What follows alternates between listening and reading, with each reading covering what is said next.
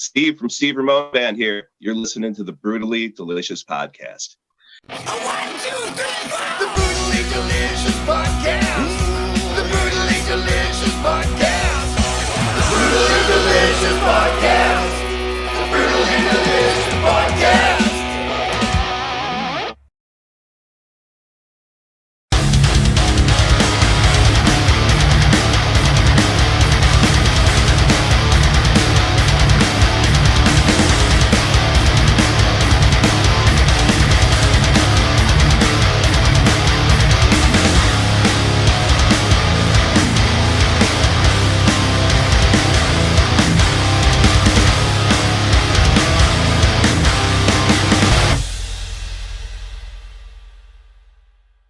Hang on one sec. Thanks for taking the time. I appreciate it. Absolutely, and I apologize for being 3 minutes tardy. No, you're good. Where are you located? I'm in Chicago, South Side. How about yourself? I am in Richmond, Virginia. Fabulous. Man, I know there's a really cool... what is it? I'm sorry, is that near Davidson? No, that's not. That's a different college I'm thinking of. I know I played a really cool college campus out near Richmond. It was one heck of a time. Yeah, VCU is the big one here, Virginia Commonwealth. That's what it was. Oh, okay. Perfect. Good stuff. Good stuff. Yeah. How's everything, my friend? Everything is great. Nice to meet you. It's my pleasure. My pleasure. So let's we can just jump right in if you want. Let's talk about Steve Ramone, Chasing Daylight, out about a week ago.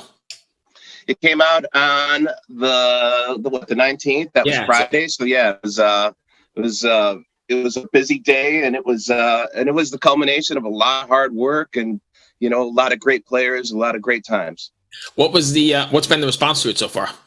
So far, it's been really, really good, and I'm getting a really good response on it from places that typically I wouldn't normally believe that people would be into the record, because it's not really one of those super heavy records that Pavement's kind of known for. It's it's more in the vein of like Chips Enough produced the record, so it's more in the vein of like a pop rock record. But I saw a review on it the other day and said unabashedly power pop, and that's exactly how I feel about it. I'm not proclaiming to be some super heavy monster guitar driven band. It's a song band. How did you get hook up with Chip? How did you hook up with Chip? He's been on the show quite a bit, and I've done other things with him in the past. Wow, it's been practically my entire life. So we grew up together in the same area. He grew up in the town right next to mine, but we went to the same school as kids. And his sister, my sister, were the best of friends from very, very young kids. Yeah. And nice. then he's been in a film I did on the hair metal revival, and I've been a fan of the band forever. So that's kind of interesting.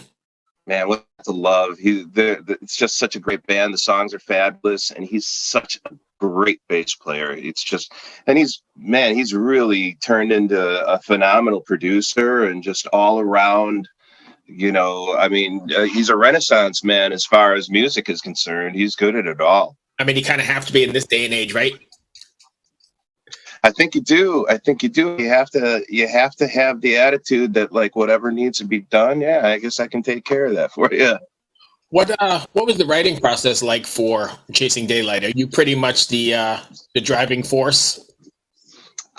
Pretty much, yeah. So there's the two songs. I mean that I didn't write. One of them's Tranquila, the kind of Latin kind of themed song. That's the 10th track on the record that I co-wrote with Chip, and we actually, borrowed, so to speak, a bit of a hook from a song that he did 35 years ago in one of his first bands before he was ever signed. Oh, wow. And so I'm sitting around at his kitchen table and we're talking. He's going through these cassette tapes and stuff. And I hear this, this hook pop up. I'm like, what is that? He's like, oh yeah, that's Zato Cruz, and that's my old band We're Staying. Like, I don't know about the rest of the song, Chip, but that little hook right there, I need it. He goes, have at it. So it ended up being that was, that Zato Cruz ended up helping us write this song from Florida, wherever he is right now. But it was wonderful. And the other one, Breakaway, was a fabulous.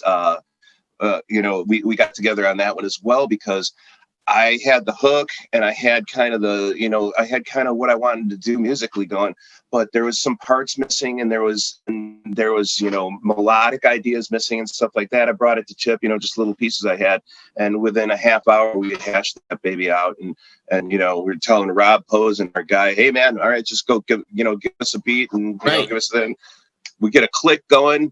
Next thing you know, Chip puts, I'm playing, just acoustic, but Chip's playing bass plugged in. So now we have a click with Chip's bass line on it. And then we just build it from there. And that's generally how it would go. So that's interesting you do it that way, because I think, and we have this conversation a lot on the show, I think when members of bands or writers get together in a room and do something like you just said, you can hear it, you can feel it. The final product is way different than if you were emailing stuff back and forth. Does that make sense? It absolutely makes sense. It absolutely makes sense for a couple of reasons. You know what? And I'm trying to think of the right word for it. But, generally you can grow tired of the process when you're going back and forth. You can just get worn down, and you can get to the point where it's like, I don't feel like putting down another track here and emailing it and waiting for him to get back to me on this, or her to get back to you on this. And then it's like, I'm just going to go with this, and you can get tied up in stuff, and exactly what you're talking about when you're sitting there and you're all working in the same room together. The ideas are bouncing off of each other. You're making decisions in real time that you can hear and feel. And then all of a sudden it starts to snowball. And the next thing you know, the music is just kind of like it's laying itself out there for you, and all you got to do is just kind of be this vessel for it to come out and get onto the tape, and that's when it's really fun, and that's why we do this stuff. And I also feel like all your concerns are correct, but I also feel like you can feel because not everybody is perfect timing, right? Even the best musicians are not perfect, and you can feel the sort of sway and the ebb and the flow, as opposed to everything being so quantized and perfect. Yep, absolutely. The dynamics are there. Not only that, but dynamic there, but you're feeling the same things, and you're on the same track now, and you're thinking the same thing. So right. it makes the thing, I don't know, it just makes it enjoyable. That's why we play, and that's why we write, and to be able to get into a nice studio, or any studio really, and to record and to create is fabulous. And then we get to do it live as well, and a whole nother thing, and that's fabulous as well. And we don't talk to a lot of power pop rock or whatever you want to call them on the show. It's more geared towards the heavier stuff. But I think what you're doing is so needed in the times we're living in, right? Because people need to get away and get a break from the news and the bullshit. And it's sort of just toe tapping, dancing, swinging with your beer, that sort of thing, right? Am I catching the vibe correctly? You're absolutely catching it. And I talk all the time about how, for me, when if I'm up there and I see you tapping your toes, or I see you smiling or nodding or whatever, you don't have to go jumping up and down or anything, but if I see a smile on your face, that does it for me. Good old fashioned hard rock or pop rock songs about girls that wouldn't go out with me in high school, or did, right, and then dumped me. And then, it's just a lot of angst and a lot of fun, and maybe a smile or two. One of the songs, Down Falls the Rain, the hook goes, he gets her pillow and I get her pain, and down falls the rain. It's a good old fashioned kind of just like. So don't take this the wrong way, because it's not meant to be, but it's something you don't have to think about too much, right? They're just relative lyrics. You're not trying to decipher what you're saying. There's no hidden meanings. It is what it is. And I hate to use this reference, but it's sort of what Poison was doing in the 80s, right? Nothing but a good time. Absolutely. And it's about that. It absolutely is. I got to be honest with you. What does it for me is a 3-minute pop song. I loved the 70s, kind of AM one-hit wonder revolution. I go back and listen to that stuff all the time. Like the Knack. But I was a big fan. The Beatles, huge fan of 3-minute super sweet pop songs with really good writing sensibilities. And that's one of the things I think you can say about the record. Is really easy to listen to, but But you know what? Sit down and try and figure out one of the songs if you're a musician or whatever. It's not that simple. There are Right. things going on in there. Yeah, I hope you weren't getting the wrong idea. No, I wasn't making it sound like it's simple. It's I just want it to sound exactly like what you're talking about. That's the goal. So that to me, that was a wonderful compliment because okay, that's cool. what we were going for. Absolutely. I was not knocking the playing at all because I get that there's a lot of a lot of creativity and a lot of talent going into writing songs that are not necessarily so in depth. Does that make sense? Yeah, so heavy. No, I absolutely, totally agree. A lot of cool players on the record. Joel Hoekstra from Whitesnake. And that's funny. He was just on the podcast just before you. I just talked to him literally 20 minutes ago. Get out of here! Yeah, he played guitar on what was it? Time to Go. He played on Tranquila. Yeah, he played on a lot of stuff. He was just on this literally 20 minutes ago. I made some coffee and then talked to you. So, what a wonderful guy, right? Oh my goodness. Yeah. Yeah, I mean, super talented and everything. We grew up together, actually. He grew up in a suburb, like no more than 5-10 miles away from where I grew up. We had friends, and as teenagers and stuff, we were acquaintances, and he was always a great player. Yeah. Always great. Yeah, he's got his hands in a million different things, which is really funny. Well, yeah, everybody with a little piece of Joel, and I don't blame him because the guy's fantastic. Right.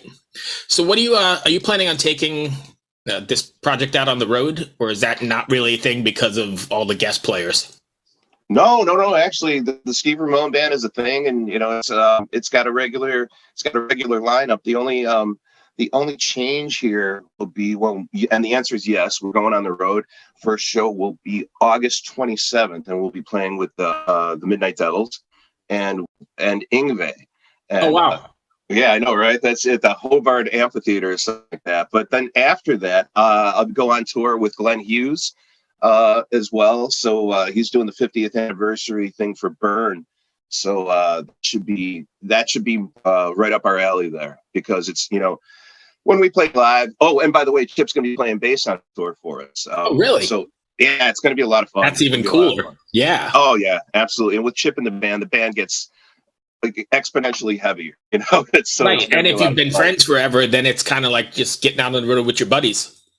We know all of each other's songs. I've known Chip and the guys since forever. Actually, Don, I bought my first guitar from Don B. So we've always and I played guitar in Enough's Enough for a couple of years there when they were between guys. So I know all the songs. We know each other backwards and forwards. It's a lot of fun. That's awesome.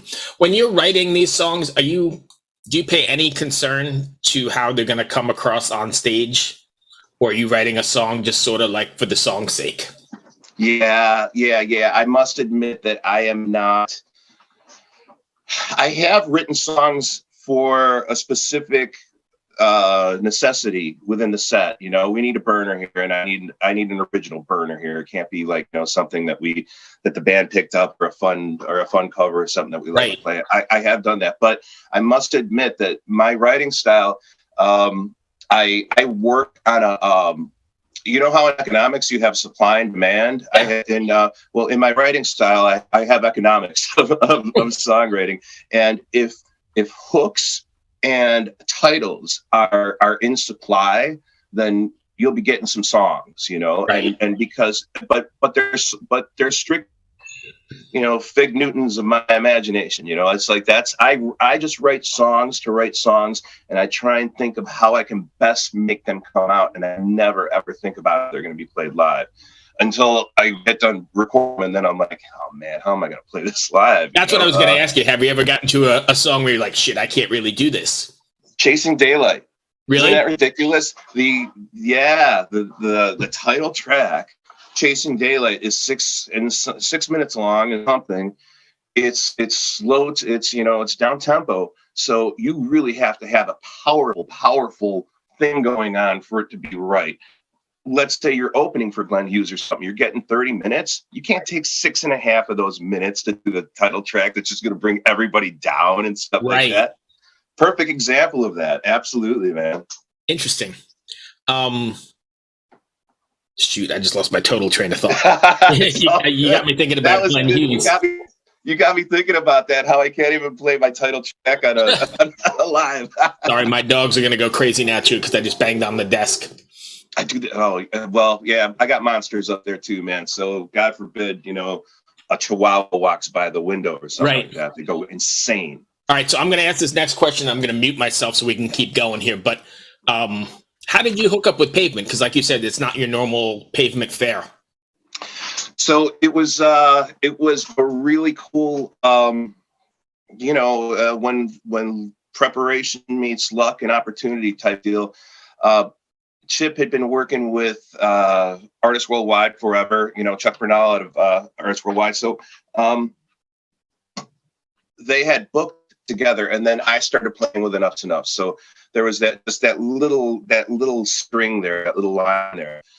It worked quite a bit. And they said, Ramone, I don't know if this will be just like perfect for you, if this would be right or not. But if you want to dig in a little bit, let's see if we can make something happen. So I threw them some songs. They came back and said, you know what, these are good songs, Right. So let's go forward with something. And that's just how it turned out. That's and great. God bless those guys, Tim King and Mark Navarro. God bless those guys, because they've done this quite a bit now. They've been like, you know what? These are good songs. This is good material. Let's go with this and let's see what happens here. So we talked to a lot of Pavement artists, and yeah, they've always been great. Hats off to them. Absolutely. Big fan. I'm a big fan. So what is next for, I know you said you've got the tour coming up then, but what are you doing in the meantime? You're releasing more singles like the new business model, or how are you? There you go. That's it. Singles and then videos. So I'm also working on another video for the Breakaway song, and then we're going to try and do something for Tranquila, because we're like, let's go to Miami, So why not? Right. So yeah, absolutely. We found that one of the better ways to get these songs out is a bit old school, which is you have that video ready to go with the song when it comes out. There's a fabulous video for Jump On It that we recorded with this kind of kitschy little ice cream parlor kind of vibe to it. That's available on the website, or it's on any of the pages or whatever. Or you can go to its website and it's right there as well. But yeah, videos. I think I know the music business has changed, and I talk to people all the time, and a lot of people are just doing like a single here and a single there every 6 weeks just to to stay relevant or whatever. So when I see somebody actually putting together a full release record, it's really nice. Thanks, man. It is cool, and we talk about it all the time. And Chip has a real nostalgic vibe about it. I have more of a kind of practical feeling about it, but it gets to the same spot either way, which is that this is how we do it, and it's like I get there's a model where we could just throw single after single after single out. Right. We're not really trying to.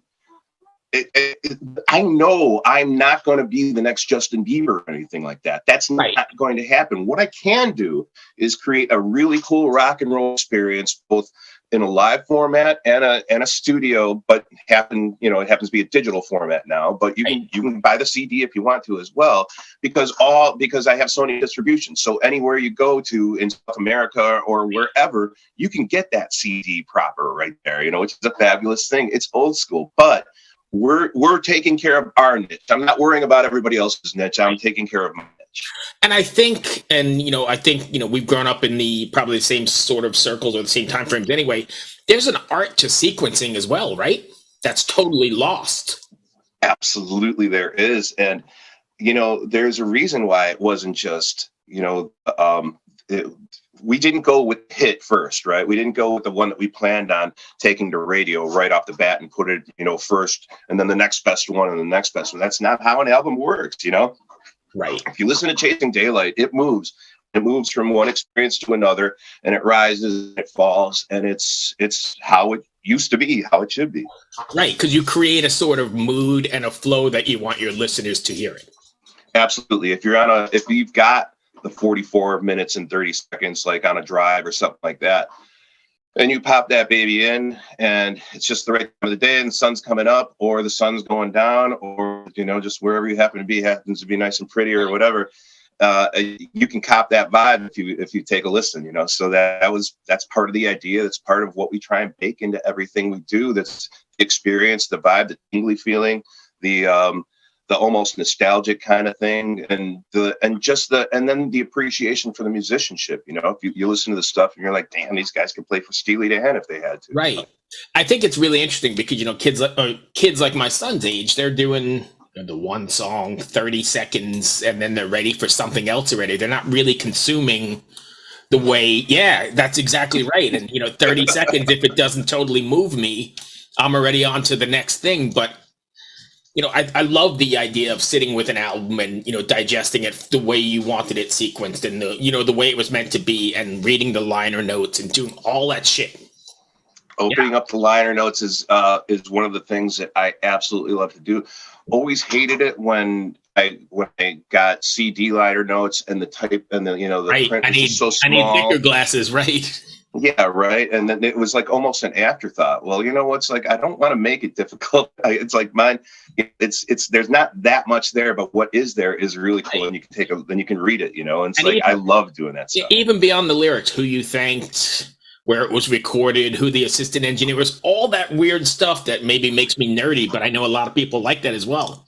Absolutely. And, you know, the players, we did something really cool with this one where we didn't like really say, okay, well, this guy from this band played on this song and this guy, you know, we took all the players, and there's quite a few, and we listed them alphabetically. Here you go. And, you know, right. That, and as it turns out, Chip and Donnie ended up at the very, you know, but, you know, both of them, right. You know, put a lot of work into this.